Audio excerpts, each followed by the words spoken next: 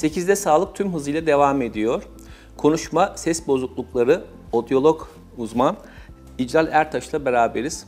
Hocam hoş geldiniz, nasılsınız? Hoş bulduk, teşekkür ederim. Hocam hoş geldiniz programımıza. Hoş bulduk. Rengarenksiniz, baharı getirdiniz bize. Teşekkür ederim. Nasılsınız? Teşekkür ederim, siz de iyisiniz. Çok mersi hocam, bizler de iyiyiz. Tabii sizin alanınız konuşma bozuklukları aslında. Dolayısıyla da şeyden başlamak istiyorum hocam. Gecikmiş konuşma nedir? Çok karşılaştığımız bizim dil ve konuşma bozuklukları alanımızda bir bozukluk. Özellikle pandeminin girmesiyle birlikte çocuklar evde kaldıkça, bu çevresel ve sosyal uyaranlar azaldıkça çok görmeye başladım gecikmiş konuşma tanılı çocuklarımızı. Çocuğun normal dil gelişim sürecinin uzaması durumunu gecikmiş konuşma olarak tanımlayabilirim. Diğer tanılardan farklı olarak sadece bugün gecikmiş konuşmayı konuşmamız gerekiyorsa eğer, iyi bir değerlendirme, iyi bir hikaye, anne ve babadan alacağımız o değerli bilgiler çok önemli bizim için. Hocam peki ne zaman çocuk için konuşmasının geciktiğinden bahsedebiliriz? Evet, yani şöyle aslında şimdi bizim dil testlerimiz 1,5 yaşta, 1 yaşlarına falan aldık. Çünkü çocuklar daha erkenden konuşmaya, daha erkenden o babbling dönemi dediğimiz işte kendi organlarını fark edip işte bab bab mam mam gibi sonra bunları anlamlandırıp baba mama demeye başladılar. Çünkü artık anneler babalar daha bilinçli. İşte sosyal medya annelik ve babalık değerlerini çok arttırdı. 2 yaşından sonra yani 2 yaşına kadar çocuğun sözcükleri yoksa bakarak annesine babasına anne baba mama kendi organlarını kendisini ifade etme ve nesnelerle ilişki kurma sürecinde bir meraklılığı yoksa ve sözcük dağarcığı bu anlamda istendiği hızda ilerlemiyorsa konuşması gecikebilir, gecikmiştir diyebiliriz. Yani 2 yaş mıdır buradaki sınır? Çok önemli bir konu çünkü. Evet yani evet 2 yaş diyebiliriz. 2 yaşında ama bize 2 yaşında işte 5-10 sözcükle başvurduğunda elbette biz onu gecikmiş konuşma riski vardır deyip hani evde ne yapılıyor bu çocuğa kim bakıyor, bu çocukla iletişim, birliktelik, karşılıklılık, oyun durumu nedir, çok mu yalnız kaldı bu çocuk acaba diye sorgulayacağız. Evet, Yani 2 demek doğru olur. Eğer ve hala konuşamıyorsa mutlaka bir uzmanın kapısını çalacağız hocam. Mutlaka dil ve konuşma uzmanı. Peki ama burada şey var, neden çocuklar konuşmada gecikirler? Yani önce ben bunu genetikle bir bağdaştırıyorum. Daha çok konuşması geciken çocuklar erkek çocuklar. Öyle mi? Erkek çocuklar mıdır? Evet, aslında? erkek çocuklar. Orada hani soruyoruz tabii, babanın da konuşması gecikmiş miydi diye. Genelde aldığımız yanıtlar evet oluyor. Bir de miyelinizasyon olayı var. Yani hani plastiste çocuklar için çok önemli. Hani 9 ay, 1,5 yaş, 1,5, 4, 6 artık bunu altın dönemler hepimiz biliyoruz. Anneler, babalar da bu anlamda farkındalık geliştirdiler ama erkek çocuklarda miyelinizasyon maalesef kız çocuklarına göre biraz daha az. Dolayısıyla o sinapslar zayıf. O nedenle biz ömür boyu hep çok konuşuyoruz zaten. Ama zaten öyle değil mi? Erkekler hep az konuşurlar hocam. Zaten bunda bayrak biz kadınların elinde. Evet. Demek ki bu çocukluktan itibaren başlayan bir şey erkeklerin böyle az konuşması. Hocam peki konuşması geciken çocukların konuşma sesleri ve konuşma anlaşılırlığında bozukluk olur mu? Genellikle konuşma geciktiğinde beraberinde bizim konuşma sesi, fonoloji, artikülasyon dediğimiz bu harf hataları, bebeksi konuşma, infantil konuşma diyoruz. O bebekliğin devam ettiği süreci de birlikte görüyoruz aslında.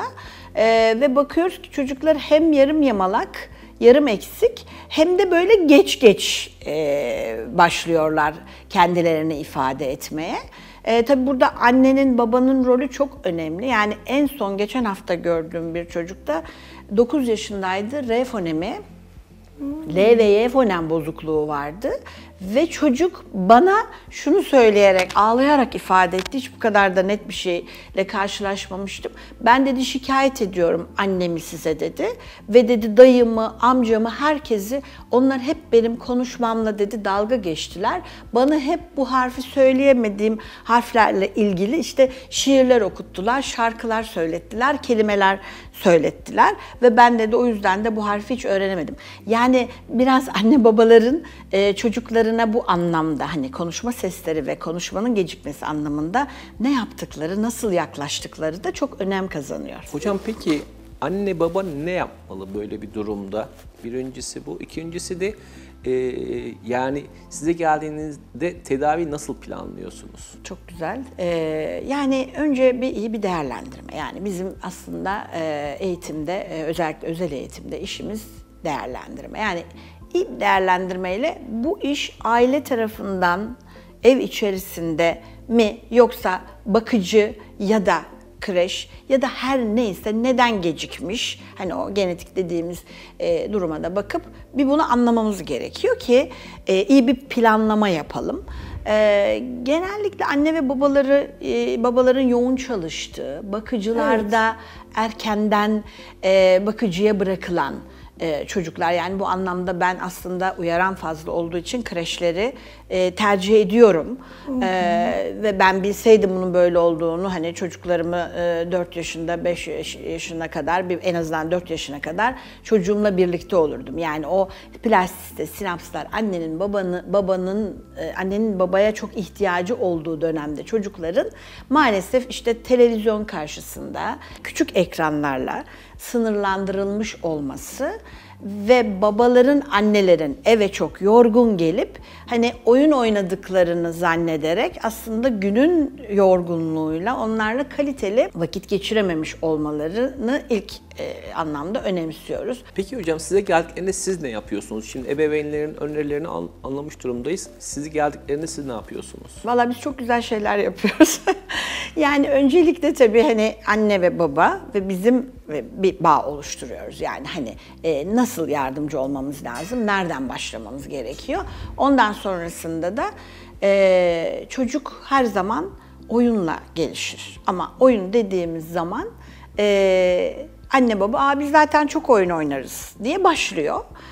Ama ben oyun oynadığım zaman ve benim o kısacık sürede çocukla kurduğum bağdan sonra hocam biz oyun oynamıyormuşuz aslında, ne yapıyormuşuz? O bizi yönetiyormuş, o getiriyormuş oyuncaklarını, istediği oyuncakla o kendi oynarken biz de aslında şunu yapıyormuşuz diyorlar. Yani hep soru sormak, oyun oynamak değil. Bu ne? Bu ne? Bu ne? Ben 1,5 yaşında annenin çocuğuna turuncu hangisi bu arabaların içinde, bana turuncu arabayı göster dediğini biliyorum. Şimdi bu, o zaman biz bunu hiç oynamayın. Hiç çocuğunuzla birliktelik sağlamayın. Siz en iyisi benimle birlikte veya bizim gibi uzmanlarla birlikte terapiye girin ve bizi izleyin diyoruz. Yani nedendir bilmiyorum. Bununla da çok karşılaşıyorum. Anne ve babaların çocukların zekalarını sınama ve acaba benim çocuğum karşı komşunun çocuğundan daha zeki olabilir mi, olamaz mı? Değil mi hocam? Evet. İngilizce öğretme. Hani daha kendi dilini öğrenmeden çocuk, ki biz buna karşıyız zaten. Hani bilingualizmde gecikmiş konuşmayı çok sebep olan durumlar. Dolayısıyla hani böyle bir telaşa girmeye gerek yok. Keyif almak, oyun oynamak, gerçek bağı kurmak çocuğunuzla.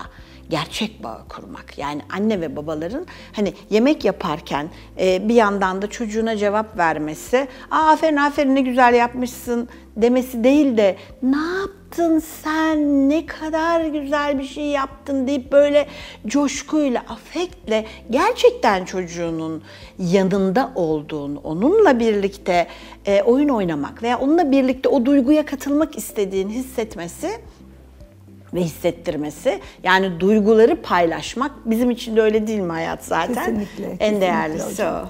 Peki hocam, verdiğiniz çok kıymetli bilgilerdi yine. Çok da güzel anlattınız. Verdiğiniz bilgiler için çok çok teşekkür ederiz. Ben de teşekkür ederim. Ayaklarınıza sağlık. Konuşma ve ses bozuklukları uzmanı Doktor İcra Ertaş bizimle oldu. Çok teşekkür ederiz hocam. Sağ olun.